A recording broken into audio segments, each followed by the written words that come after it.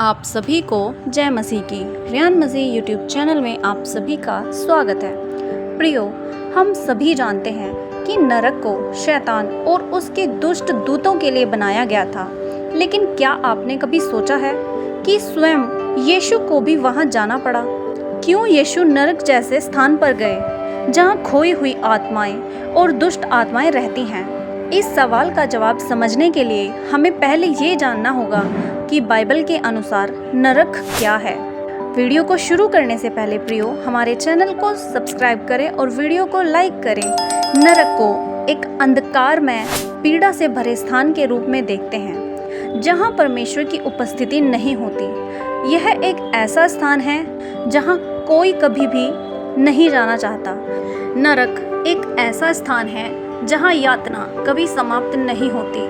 Bible में नरक के बारे में बहुत स्पष्ट बातें लिखी गई हैं, लेकिन फिर भी लोगों के बीच इसे लेकर कई गलत धारणाएं बनी हुई हैं। आगे बढ़ने से पहले हमें इन गलतफहमियों को समझ लेना चाहिए ताकि हम इस विषय को सही रूप में जान सकें। पहली गलतफहमी, क्या नरक शैतान का राज्य है? बहुत से लोग सोचते हैं कि नरक शैतान का राज्य है जहां वह अपने दुष्ट दूतों के साथ शासन करता है और आत्माओं को यातना देता है, लेकिन ये सच नहीं है। असल में नरक शैतान और उसके अनुयायियों के लिए दंड का स्थान है, ना कि उसका कोई सिंहासन। शैतान की शक्ति परमेश्वर पहले ही छीन चुके हैं। वह वहाँ उतना ही बेबस होगा जितने वे लोग जो उसके साथ नरक में होंगे। शैतान के लिए नरक कोई विशेष स्थान नहीं है जहाँ उसे कोई विशेष अधिकार मिलेगा। बाइबल साफ कहती है कि नरक को शैतान और उसके दूतों के लिए तैयार किया गया है। परमेश्वर के विषय में बाइबल कहती है कि फिर वह उनसे कहेगा जो उसके बाईं ओर होंगे, हे श्रापित लोगों, मुझसे दूर हो जाओ और उस अनंत आग में चले जाओ जो शैतान और उसके दूतों के लिए तैयार की गई है। कुछ लोग मजाक में कहते हैं कि अगर वे नरक में गए तो वहां अपने दोस्तों के साथ मजे करेंगे, लेकिन ये सोचना बिल्कुल गलत है। आजकल लोग नरक को हल्के में लेते हैं। वे इसे अपने कपड़ों, टोपी और दूसरी चीज़ों पर दिखाते हैं जैसे कि वह गर्व की बात हो, लेकिन वे बहुत बड़ी गलती कर रहे हैं। बाइबल बताती है कि नरक एक ऐसा स्थान है जहां रोना पीटना और दांत पीसना होगा। वहां परमेश्वर की भलाई से हमेशा के लिए अलगाव होगा और केवल अंधकार और पीड़ा होगी।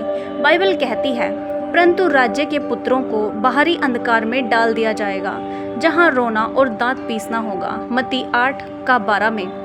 यहाँ यीशु हमें ये सिखाते हैं कि जीवन में केवल दो ही विकल्प हैं, या तो आप परमेश्वर के साथ हैं और उसकी शांति का आनंद लेते हैं, या फिर आप शैतान के साथ नरक में जाकर उसके पापों की यातना सहते हैं। तीसरी गलतफहमी ये है शुद्धिकरण का स्थान। अस्तित्व में कुछ लोग ये मानते हैं कि मृत्यु के बाद आत्माएं स्वर्ग में प्रवेश करने से पहले शुद्धिकरण के स्थान में जाती हैं जहां वे शुद्ध की जाती हैं, लेकिन बाइबल में इसका कोई प्रमाण नहीं मिलता। बाइबल सिखाती है कि मृत्यु के बाद तुरंत न्याय होता है और हमारे अनंतकालीन भविष्य का निर्णय इस आधार पर होता है कि हमने यीशु पर विश्वास किया है या नहीं।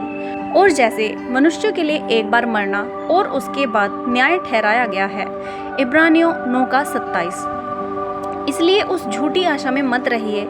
उद्धार केवल तभी संभव है जब आप जीवित हैं, लेकिन अच्छी खबर यह है कि उद्धार मुफ्त में दिया गया है यीशु के लहू के द्वारा, जो पहले ही हमारे लिए बहाया जा चुका है।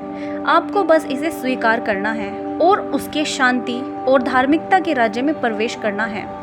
ये अब तक का सबसे बेहतरीन अवसर है जिसे कोई भी बुद्धिमान व्यक्ति ठुकराएगा नहीं। कुछ लोग सोचते हैं कि जो भी मरता है वह तुरंत नरक में चला जाता है, लेकिन बाइबल हमें बताती है कि अंतिम न्याय का दिन निर्धारित है जब हर किसी का न्याय किया जाएगा। फिर मैंने एक बड़ा श्वेत सिंहासन और उसे देखा जो उस पर बैठा हुआ था, और मरे हुओं का न्याय किया गया। प्रकाशित वाक्य 20:11-15 तक। तब तक मरे हुए लोग प्रतीक्षा की स्थिति में होते हैं। कुछ शांति और आराम में होते हैं जबकि कुछ पीड़ा में रहते हैं, जैसा कि यीशु ने धनवान और लाजर की कहानी लूका 16:19-21 में बताया। पांचवी गलतफहमी, क्या आत्माएं पूरी तरह नष्ट हो जाती हैं? कुछ लोग मानते हैं कि अधर्मी आत्माएं नरक में अनंत काल तक यातना सहने के बजाय पूरी तरह नष्ट हो जाती हैं। कुछ लोग इस विचार को मानते हैं, लेकिन पारंपरिक बाइबल शिक्षा ये कहती है कि अधर्मी आत्माओं के लिए अनंतकालीन दंड है। यीशु ने नरक में क्या किया? अब जब हमने इस गलतफहमियों को दूर कर दिया है तो हम इस महत्वपूर्ण विषय को गहराई से समझते हैं। यीशु नरक में क्यों गए और उन्होंने वहाँ क्या किया?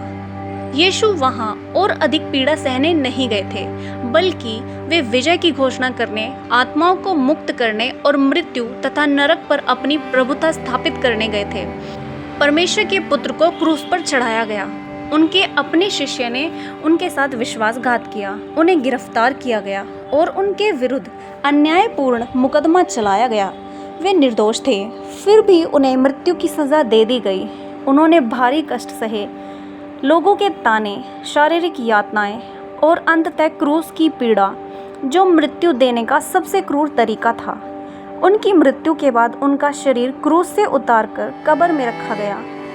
यह उनके शिष्यों के लिए बहुत कठिन समय था। वे अभी पूरी तरह समझ नहीं पाए थे कि यीशु की मृत्यु परमेश्वर की मानवता के उद्धार की योजना का हिस्सा थी। अब हम इस सबसे महत्वपूर्ण प्रश्न पर आते हैं, यीशु नरक में क्यों गए और वहाँ उन्होंने क्या किया? पहला, आत्माओं को प्रचार देना।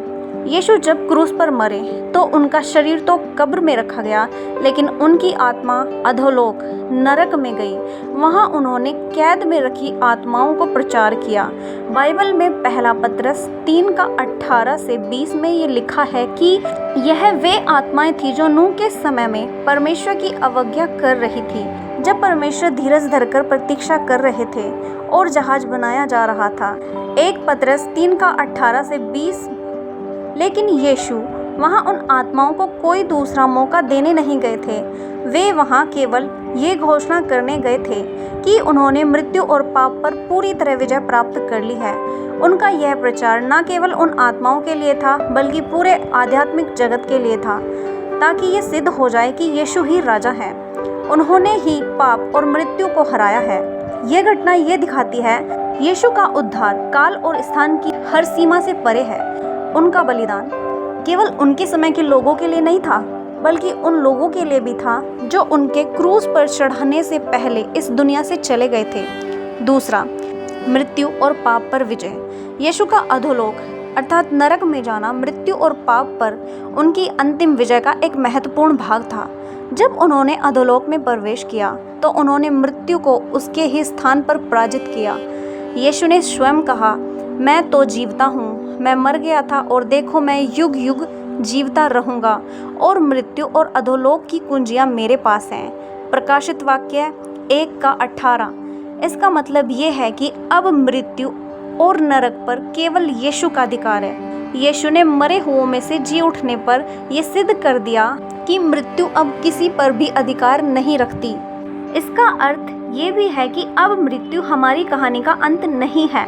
यीशु का अधोलोक में जाना और वहाँ से पुनरुत्थान मृत्यु के बंधनों को तोड़ना और हमें अनंत जीवन का मार्ग देने का कार्य था। अब जो भी यीशु पर विश्वास करेगा वह न केवल मृत्यु से बचाया जाएगा, बल्कि अनंत जीवन पाएगा। इसीलिए यीशु की यह विजय हमारे लिए सबसे बड़ी आशा है। अब मृत्यु हमें परमेश्वर से अलग नहीं कर सकती, बल्कि यह हमें उसके साथ अनंत जीवन की ओर ले जाती है। तीसरा, स्वर्ग के द्वार खोलना। यीशु जब अधोलोक नरक में गए तो उन्होंने स्वर्ग के द्वार खोलने का महान कार्य किया। उनकी मृत्यु और पुनरुत्थान से पहले पाप के कारण स्वर्ग का द्वार मनुष्यों के लिए बंद था, लेकिन जब यीशु ने मौत को हराया और पुनर्जीवित हुए, तब उन्होंने सभी विश्वासियों के लिए स्वर्ग के द्वार को खोल दिया। यीशु ने उन सभी धर्मी आत्माओं को आज़ाद किया। इसीलिए परमेश्वर का वचन कहता है कि जो कोई उस पर विश्वास करेगा वह परमेश्वर के साथ अनंत संगति का आनंद ले सकता है। यीशु का अधोलोक में जाना पराजय नहीं, बल्कि विजय थी। कुछ लोग सोचते हैं कि यीशु का अधोलोक नरक में जाना कमजोरी या हार थी, लेकिन वास्तव में ये एक महान विजय थी। अधोलोक में जाकर यीशु ने यह सिद्ध किया कि उन्होंने पाप को हरा दिया, उन्होंने मृत्यु को पराजित कर दिया, उन्होंने शैतान पर जीत हासिल कर ली। नरक यीशु को बांध कर नहीं रख सका। जब वे वहां गए तो यह उनकी शक्ति और अधिकार की घोषणा थी। यीशु का यह कार्य आत्माओं को प्रचार देना, मृत्यु और पाप को पराजित करना था, स्वर्ग के द्वार खोलना, इन सब ने यह सिद्ध कर दिया यीशु की विजय संपूर्ण थी और इससे सभी विजय प्राप्त कर ली और मृत्यु का कोई भय नहीं रहा, क्योंकि मृत्यु अब अंत नहीं है बल्कि परमेश्वर के साथ अनंत जीवन की शुरुआत है। यीशु की विजय हमें ये याद दिलाती है कि चाहे हमारी परिस्थिति कितनी भी कठिन क्यों ना हो, उनका प्रेम और शक्ति हर अंधकार से अधिक महान है।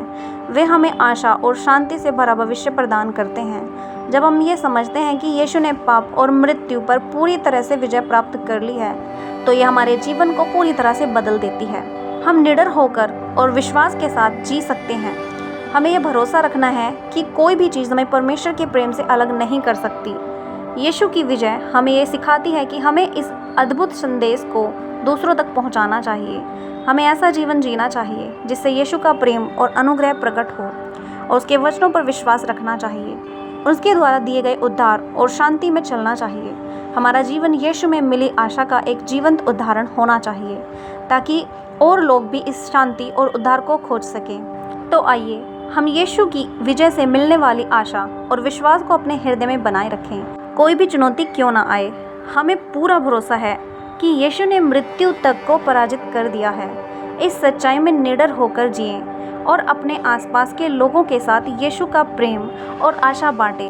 प्रियो, इस वीडियो को दूसरों के साथ भी शेयर करें। अगर आपको हमारी वीडियो पसंद आई है तो इसे लाइक करें, शेयर करें, कमेंट करें और हमारे चैनल को सब्सक्राइब करें। आप सभी को जय मसीह की।